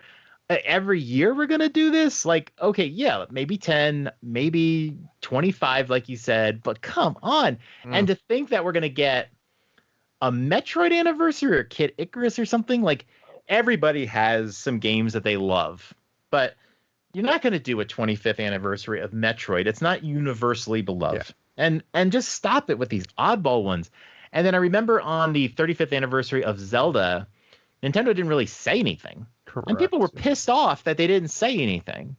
And I don't know whose fault that is. Is the people, or maybe because, like you said, Nintendo set up 35 as like a big deal. But my gosh, like I'm so sick of the anniversary thing. I mean, there's a Mario Direct, and they had the pins. I mean, they had the games. I mean, it was a big deal. But again, what's so special about 35? But you're right. Now if they don't do something for Zelda, which I think we're already starting to see it, to be honest, right? We know about Skyward Sword. We still have Breath of the Wild in the works, which means if they did some Zelda 35 Direct, there's potential of a trailer for Breath of the Wild 2. You know Skyward Sword's coming, and I guarantee you there's at least 1 or 2 old school games that are coming. Did you see? I don't know if this was an article or something I read about how people are saying, oh, for 35th anniversary of Zelda, they're going to remake or re-put out every single Zelda game ever created. That's like, not happening. What do people like? Where is that coming from? They didn't do that for Mario, and Mario is the number one like franchise kind of For thing. them, yeah, that's their image. Yeah, and Zelda games are different than Mario. Like they're bigger adventures. You're not going to see a Zelda Maker. You're going to see a Super Mario Maker. Let's be honest. As much as we all love Zelda, let's say if they came out with like a 3-pack, right? Skyward Sword. Everyone wants Wind Maker again. Wind Waker is my favorite Zelda game. I don't need it again. I don't need it right now. Too soon. But if they came out with like all of these games again, I'm not going to go sit there and play through 3 full Zelda games back to back to back. Correct. That's you're not going to do that. Yeah, like you can't get away with like 3D All-Stars Mario and then with Zelda. Right. Yeah, they're bigger games. Yes. And when you make them all available, you dilute it. It becomes 100%. Like, I'm thirsty. Here's a fire hose. I need a little something. I need Like if they want to do Zelda 35th anniversary, do remake the first game. Do make it something special, the way they did Link's Awakening, but remake the first game. But don't give me all the games. They announced Skyward Sword, but they didn't even mention, I don't think, the 35th anniversary. I don't recall them. It's definitely not a big part of it. So I don't know. I don't know if we'll see something, but maybe you're right. Maybe they'll rebrand it and package it. But like, guys, let's just stop with the anniversaries every day. My God. Let's stop. Agreed. Number 5. All right, Nintendo. This was an interesting one here. In Discord, the Discordians were talking about a bunch of different style of games that each person likes to play. So Nintendo decided to group this into and somehow put a quote together of some sort. So here's what he said. So some people like action, some like the simulation, others like role playing, while Neo Prime Tim just likes it fast with those driving games. I'm sorry, I couldn't resist, Nick. So basically what Nick is trying to say here is that video games that we prefer is a reflection of our own sex life.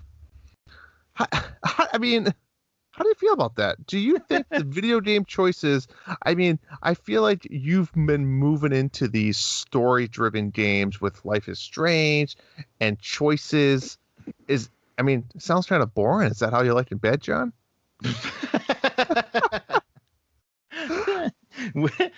like you get, I don't know, it's more like a choice where it's like, do you want to do cowgirl or reverse cowgirl? What happens if I do reverse cowgirl? Is this gonna bite me? Can I later? rewind to do the other one too? Oh my God, that'd be so cool. Oh, if you could just rewind time and just keep doing it over and over and over again. Yeah, I thought this was pretty hilarious, and I think Nick is onto something because although simulation, maybe stimulation, I don't know.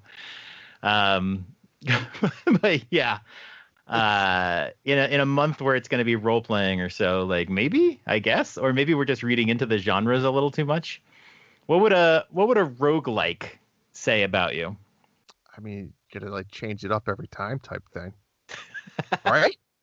Well, like it lasts a long time, but when it's over, you start all over again. I don't know. With if it's now wait, a roguelike by definition is in a dungeon. So it's a dungeon crawler. Dungeon crawler, all right. Oh, jeez. I mean, you just be an RPG type guy who, lets it go on and on and on and on. Mm-hmm. There's long games, you're just trying to. Well, you're just grinding for hours at a time. Dry humping. And sometimes it's an adventure. With me and your mom. I mean, you just don't know what's going to happen. It's adventurous, and and sometimes it's turn based, right? You take turns. Oh yes. You go, I go. You go can back take your and time. Forth. That's right. What else we got? Sports games. What? Sports. I mean, what's a sports game? I don't know. I mean, there's like tools involved, like rackets and bats and stuff like that. Is that where we're going? Maybe. Whips if you're doing a horse game. A horse. Oh my gosh. So basically, like, if I go, my sex life is like a sports game, and you're like thinking about which sports game. Is it bowling? Is it is it horses? Is it baseball? I mean, what base are you on? Ooh. Well, I mean, I hope it's always home run, but yeah, you take what you can. If you can get to third base, you take a single. You take any type of RBI that you can. Yeah, you make the last out and you're stranded. Yeah. Jeez. We could go on all night with this one, but we can go on all night. Let's. Nick, but Nick, good shout out, Nick. I think you pulled it out. And I see what you did. I think you pulled it out. I think you're right on with Tim in those driving games.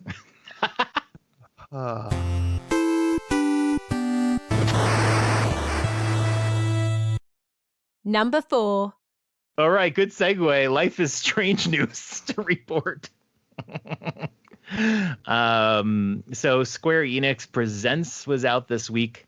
I'm not going to lie, Drew. Aside from the Nintendo Directs, this was the most hyped that I was for a presentation for a couple reasons. One, They announced kind of in advance what they were going to talk about, except for like a couple surprises. And Life is Strange, which I'm just like the newest, biggest fan of ever. My new favorite series, everything, was actually the premiere event on the itinerary. And I was kind of shocked by this because to me, it's still very much like a cult game, but it was like the big seller. And when they say that this is going to be like the big announcement, the new game in the series, it's like, wow, they're not saying that unless they're really excited about it and they think people will be impressed. So I was super excited for that. But before that, they announced the here we go again, 25th anniversary of Tomb Raider. Jesus Christ. But it's okay because the Tomb Raider trilogy is just absolutely amazing. I can't say enough about those games. I could play them over and over.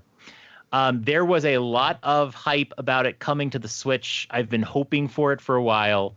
Sadly, there was no announcement that it's coming to the Switch. I was a little surprised because I was thinking, first of all, I've always said, if it came to the Switch, I would buy it, but I probably wouldn't play it on the Switch. I've got my Xbox and it's going to look better. But I was not sure you could get it on the Switch because it's a pretty high-end game. And it turned out I didn't know this, that it's actually on Xbox 360. At least the original one is on 360. So I was like, wow. The one with the pointy boobs? No. We're just talking about the recent trilogy that started in 2013. And these are like the Uncharted type games. Gotcha. So it was on 360, and I was like, oh, if it was on 360, it can definitely be on Switch. But it turned out it didn't look really great on the 360. So I really would have liked to have seen these games come to the Switch. At least the first one, I guess. The second two are just so graphically impressive. I don't know if they could have done it. Or do a cloud version. I think it's a game that would play well on the cloud. But we didn't get any of that.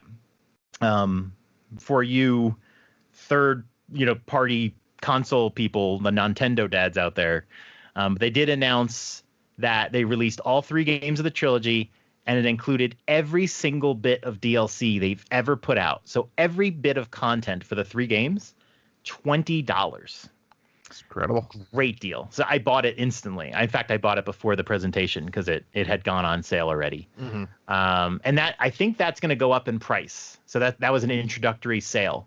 So if you've never played these games and you have an Xbox or PS4 or PS5, my God, $20, get it all. These are incredible games. So I was excited about that. And then the Life is Strange 3 information. Once again, we're talking about Life is Strange. Again, I'm sorry, everybody. But Life is Strange 3 looks amazing. And one of the things I love about this game is they really hit on topics that are just not represented well in the industry. And like we said, the second game had a pair of brothers who are Mexican-American and kind of what they go through. In this game, the lead character is a bisexual Asian-American woman. And how many times do you play as a character Asian-American, and especially right now where we're seeing like increased violence against Asians because, oh my God, the virus came from China. So that was really cool to see. And the trailer was amazing. I think it was one of the most impressive announcement trailers I've ever seen. Really great job. And they involved the musician for the game. And then at the end, she announced, but there's one more thing. And they announced the remake of the first game. They're remaking the first game and with the new graphics. And we've talked about this, Drew, that the company that took over the series from Don't Nod is a company that's like 25 minutes north of me. My God, they're 25 minutes north of me. And they just did better mocap stuff on the Before the Storm prequel. Huh. And so they're remaking the original game like that. And it's going to look so good. So, and I will admit, Drew, I teared up. It was like the first time I've ever teared up at a trailer. But I've watched about 20 reaction videos since then, and other guys have teared up at the exact same moment. So, John, manly tears. What will we do with you? So Life is Strange 3 comes out September 10th. I'm going to start putting in for my days off from work because I'm going to be playing through that probably twice. And super excited. It looks so good. If you haven't seen that trailer, Drew, go watch the Life is Strange 3 announcement. It's so good looking. Very excited for it. So, yes, bring on September. Number 3. All right, John, here's a question for you. Have you ever moved on from a gaming genre? For example, if you used to love one type of genre and now you find yourself kind of getting bored of those, not wanting to play them anymore, just your gaming style has matured or moved on over time. What do you think? Definitely. A couple come to mind right away. I mentioned I'm still playing through Bravely Default 2. I really enjoy it, but it is kind of reminding me that I think I'm more interested in action RPG these days than JRPG. I used to love grinding. I find it soothing. Like I'll say, I'm going to spend an hour while we watch this TV show just grinding on enemies in this one area. And I loved it. I'm going to hoard up potions and whatever. Yep. I love doing grinding. But now I'm not so sure. I've played games like, Last of Us, like we said, Tomb Raider, just some games that have, RPG elements, but I'm actually doing something. I'm fighting, a game like Skyrim, game like a Witcher. I think I enjoy those more. If I'm going to play an RPG and grind, I kind of like, really using my sword and stuff rather than just pushing buttons and turn-based stuff. So that's definitely one. And the other one that comes to mind for sure, if you ever looked at my video game collection, and I'll put that in quotes because it was dismal when I was young, most of my games at any given moment were sports games. Yeah, I'll agree with this comment. Yep. I definitely we had basketball, football, and I played with my brother. Same thing. I agree. Yeah. So, and nowadays, you would be hard pressed to find sports games. I have over 200 physical Switch games behind me. And I would say the only sports games you'll find in there, I have Mutant League Football, which is still sealed. One day I'd like to play it. And then I have a couple of RBI games. And my gosh, I think, maybe a couple more. But I don't play sports games. The sports games, I agree. Online now is so difficult because if you're not committed 1,000% to that sports game, you're just going to get rolled over. Right. And it goes back to co-op. Unfortunately, at our age, our lifestyle, we're not just having buddies over to play co-op sports games anymore. So I agree.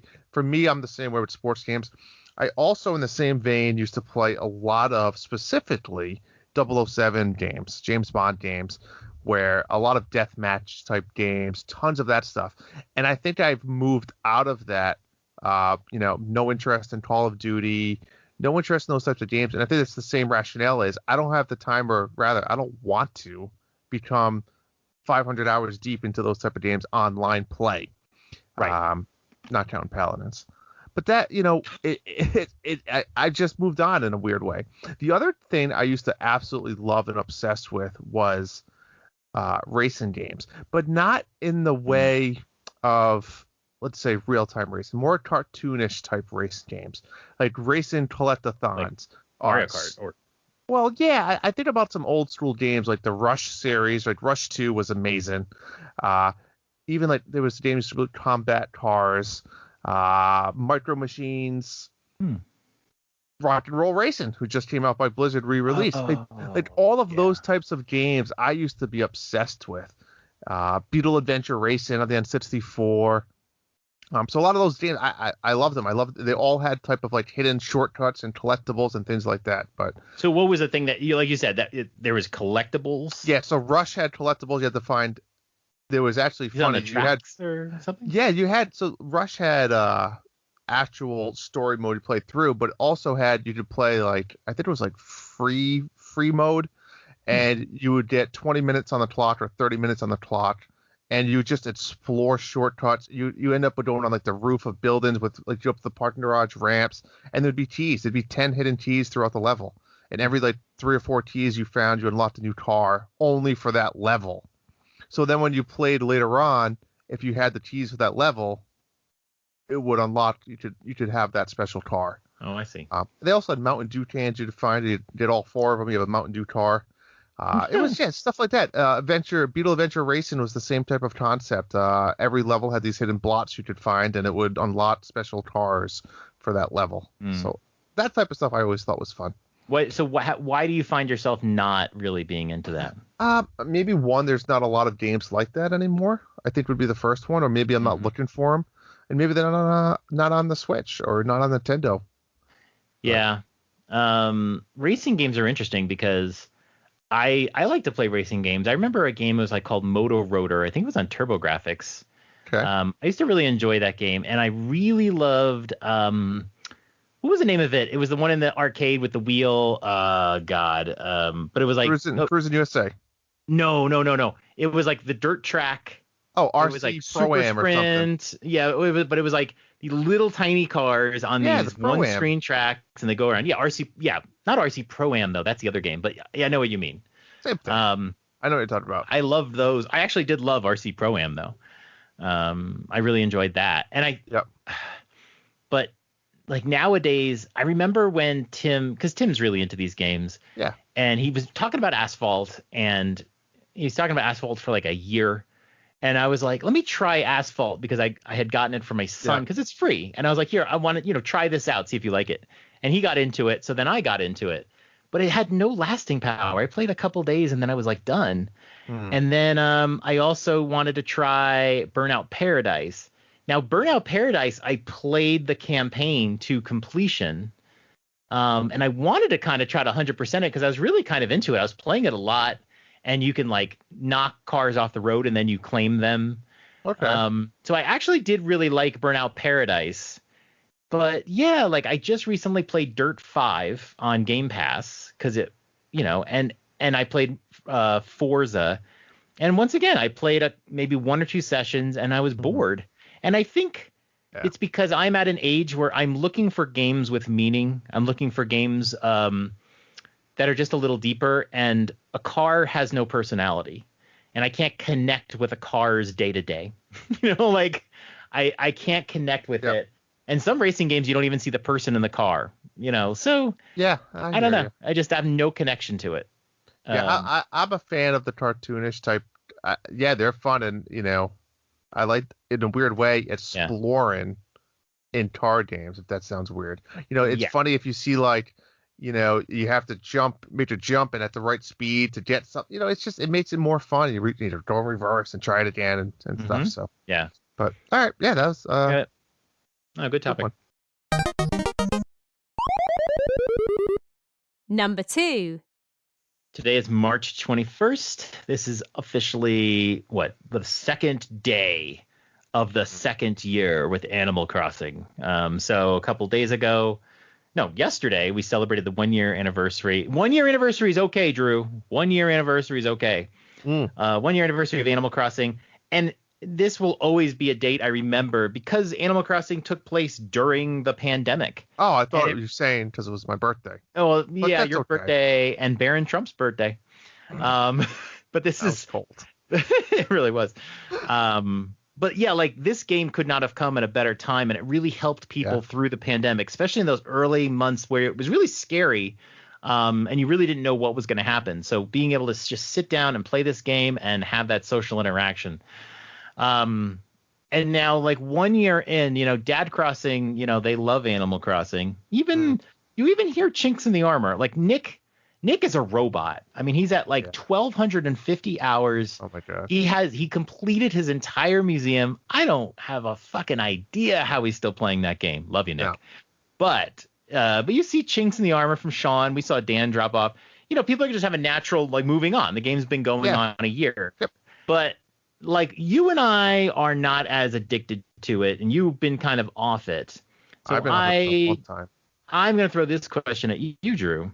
Now that we're 1 year in and we're starting to, take a look at like, okay, what's the next thing? Going to be Easter? Is it going to be the same? Is it going to be different?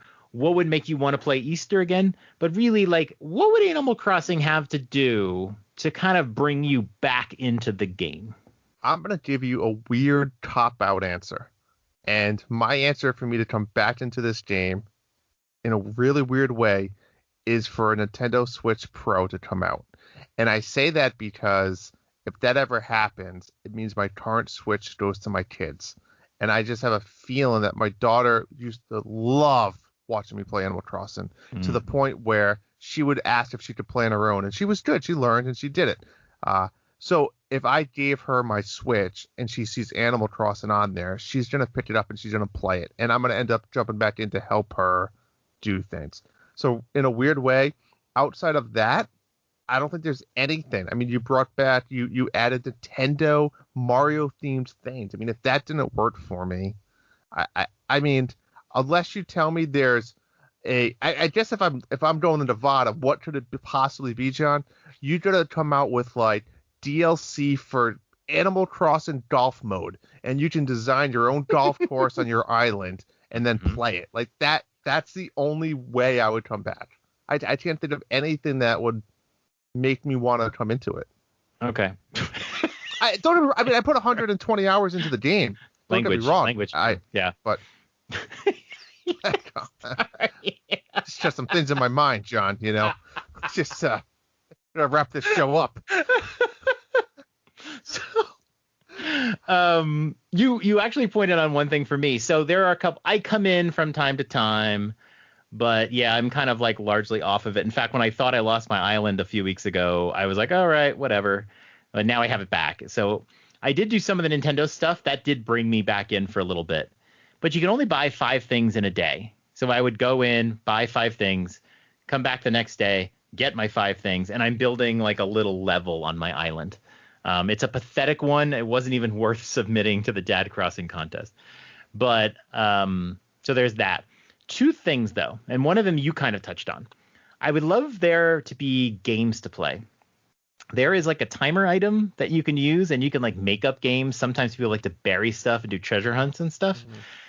I wish there was like more activities. So like you said, like maybe when Mario Golf was coming out, like the ability to not just like buy golf related things, but to have a little golf game. Maybe you make a course. You know, like a little roller coaster tycoon, but for golf. Mini golf, even. That's easy. Yeah, make a course in the game and then make it so that you can really play golf and like actually, the little power meter that golf does. Yeah. And then beyond that, have like the ability to like play a game and have your score tracked. Like that would be really, and then really you could cool. Have the high score little board right next to your mini golf course. I agree. Things like that because, coming in there, and even if people nowadays have made their island perfect, what exactly what makes you come in and want to do something that try to beat your score or something? Yeah. Like what bet the Nit? What does Nit have now? What's his rationale for logging back in? He was trying to complete museum stuff, and now he is trying to 100% his Nook Miles, whatever you call them, the cards. Yep. Which is actually a really like, I want to unlock them all, but he wants to try to like complete them all.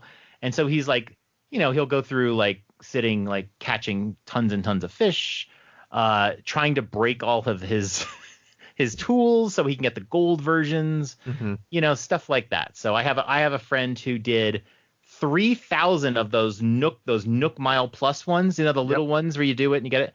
3,000 of them. He would sit down and do 100 a day as he was trying to make it his goal to finish it. And I think a lot of people are trying to do that now because they are running out of things to do. Yep. Another thing that I would love to see is make it very quick to get to people's islands and play together. I was watching the dinner table a little bit, and Tim was traveling to Nick's island.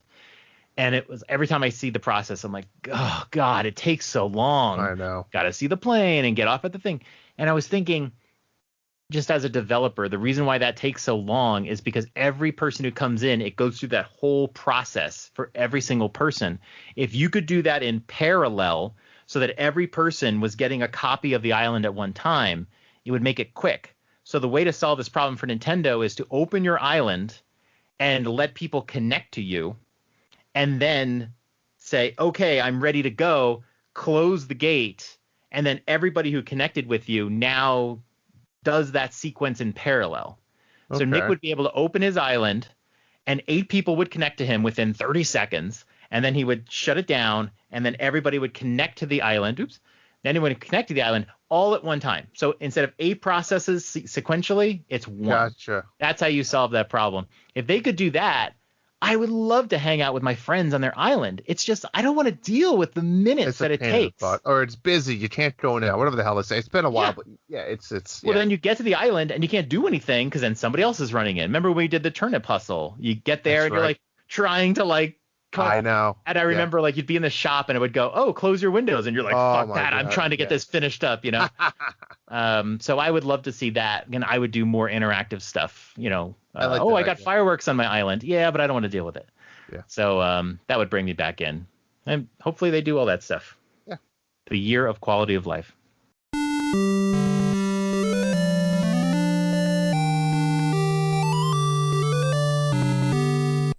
And number 1. Monthly Mayhem. It has to be done, John. This is a fun one.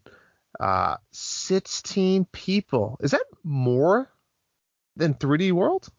Or close to it? I think we had that, but remember that doesn't include us because we're not participants. So really 18 people. That is amazing. I am so excited for these guys to really see what we put on with the Nintendo Online. And it's going to be a blast. So we released it actually a day early, right? It was supposed to start till Monday. And people were getting so antsy and excited that they wanted to know today, Sunday. And we started releasing it. So, John, I mean, just tell us a little bit about it. Yep. So the first round is out. So we've done this sort of format before where we do like a multiplayer tournament. And you and I think, are both on the same page here. We don't do it very often because it takes so much work. We did the Wargroove League. We've done these kinds of like, if we did like a golf tournament, they really do take energy. So be patient with us because we're trying to do something that we've never quite done before. And we have probably the most people playing in any tournament we've ever done before. So the way it works, and come to the Monthly Mayhem channel for more details, but to be as succinct as possible, we're going to be doing 4 rounds, and we're at round 1 right now. And so what we did was we play through a bunch of these Nintendo Online games, and we try to come up with a bunch of challenges. And right now there's a whole bunch of challenges that we have marked out. And I will not tell you what any of them are because they are all secret. But we make these crazy brackets. It's not just like a traditional Sweet 16 bracket or anything like that. There are versus matches, there are co-op matches, and there are solo matches. Challenges, yeah. Yeah. And so we make a bunch of them. There's a nice little assortment. But who plays them, we don't know. We leave it blank. Once we set the bracket, then we take the list of people and we randomize them and we drop them into the brackets. So, for example, today, Shiv UK was going to play his thing. So what has to happen is Shiv UK says, hey, I'm going to be playing my solo challenge in 10 minutes. Okay, cool. And then he goes, all right. He gets on Nintendo Switch Online. He goes, I'm ready to go. He literally does not know what he's going to be doing. He's sitting there on the Nintendo app and does not know what he's doing. And I said to him today, all right, you are playing Star Soldier. You get 10 points for finishing stage 1 and 15 points if you finish stage 2. And I said, you have 15 minutes, go. And so we had 15 minutes to try to do this challenge. And the great part about it is like, he's never played Star Soldier before. Yeah. So he's literally dropped into Star Soldier and he's got to figure out the controls of this game. He's got to figure out what he's doing in this game. And I can tell you, I had never played it before. He's going to probably find what it looks like on the online shop because I wouldn't even know. Exactly. So there's like this sort of like, now maybe he played Star Soldier to completion and he understands the game already. So it's like, oh, cool. I love Star Soldier. And so boom, bonus for him. But we're surprising people. They just don't know. And then Mecha Dragon 101 did his today, and he had to do the balloon trip mode on Balloon Trip, which is a game more people are familiar with, especially because we've done that in contests. So yeah, it's kind of a surprise. The best is the people who are doing versus matches. They don't even know what they're competing in. I mean, they might have an idea it's a sport, but maybe not. You don't know. They're not all sports, that's for sure. There's definitely a lot more versus stuff than co-op. There's not a lot of options for co-op. Right. But, I mean, I'm looking at the brackets now, and there's some interesting matches. And people are talking to each other right now, trying to figure out what's a good time for you. And they have no idea what they are in for. It's just so great. It's amazing. It's fun. This is a fun one. I'm excited to see what people's thoughts and feedback are on this. And it's going to be a blast. It's going to see I love the competitiveness. And who knows? You might get stuck on having to do a challenge versus myself or John. Yeah. Who knows what's going to happen? Mayhem. Yeah, we're not participants, so we're kind of like NPCs. And the other cool thing is like people don't know if they're doing versus or co-op. You might be gearing up to fight somebody and then realize you have to work together. Yep, we just tell you this is your partner, whether it's together or against, and you won't know until that time. And the last thing I'll point out is that the structure of this is you can get 15 points, 10 points, or 5 points, basically. And everything is sort of structured. So 10 points is, if you do well, you're going to get 10 points. If you don't do as well, you'll get 5 points. But if you do exceptionally well, you get 15. And all of these challenges, 15 is hard to get. It's not easy to get, but we want to make sure that the cream can rise to the top, and we give them kind of tough goals. And balancing this tournament will be tricky. This is not the Olympics. This is not like some 10 referees watching every single bit. Some people might have an easier path than others, and just remember it's just for fun. So just have fun with it. You might get a fucked up challenge, but you might get a challenge that's like, oh, I've played this game my whole life, no problem here. Yep. Have a lot of fun with it. And the rule that we came up with today is no rewind in this tournament. I'll know. Usually we allow it. Yeah. Usually we allow it because there's no way to keep people. But this tournament is so much more fun without rewind. But remember, if you're using rewind, you're wasting valuable time. You may have 15 minutes. You start rewinding, you're not moving forward. You're actually moving backwards, and the time is still ticking. So don't use it. But even if you are trying to cheat, you're actually only hurting yourself. Yeah, it's not a perfect, and some of these challenges can be hard even with it. But yeah, just like the challenge and the fun of this tournament is sometimes playing a game you are not familiar with. Yeah. So just enjoy it. And you know what? If you end up with the 5 points, just enjoy the experience. Don't try to rewind it. Enjoy the time pressure. Just enjoy it and have fun. Only one person out of 16 is going to win anyway. So just enjoy it. But yeah, we have such cool challenges. I'm already working on round 2. There's just some really cool stuff here. I'm really excited about this one. It's just going to take so much time, and we got to coordinate with everybody live. So everyone just bear with us with this one. This one is taking up a lot of our time.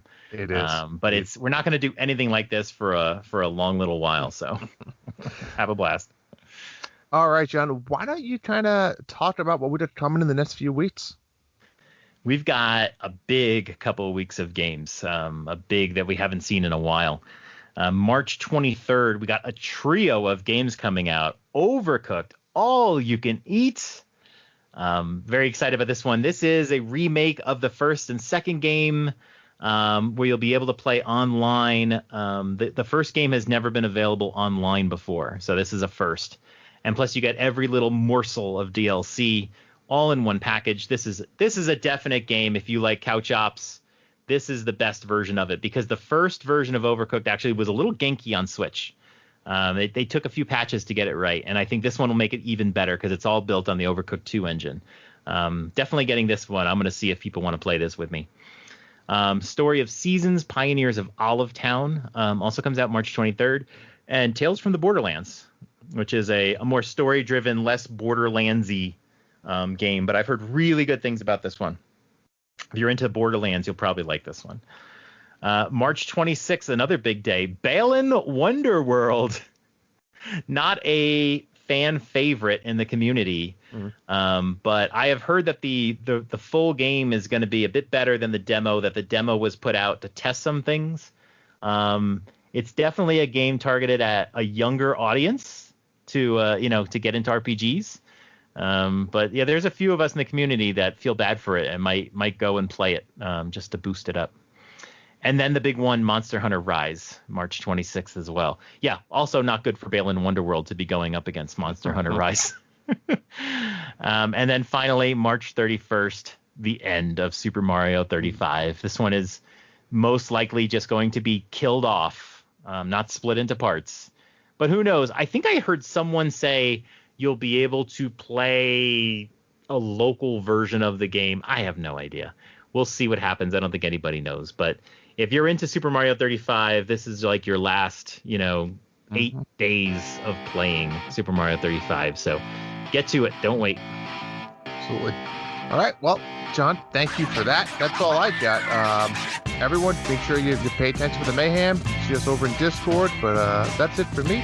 Good night from here. Good night, dads.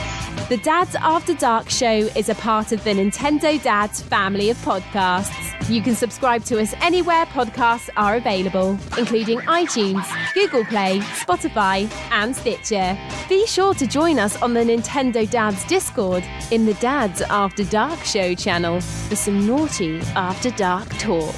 Follow us on Twitter at @NDadsAfterDark. Ask us a question, and we may answer it on the show. That's all for tonight. Good night, Dads. Sweet dreams.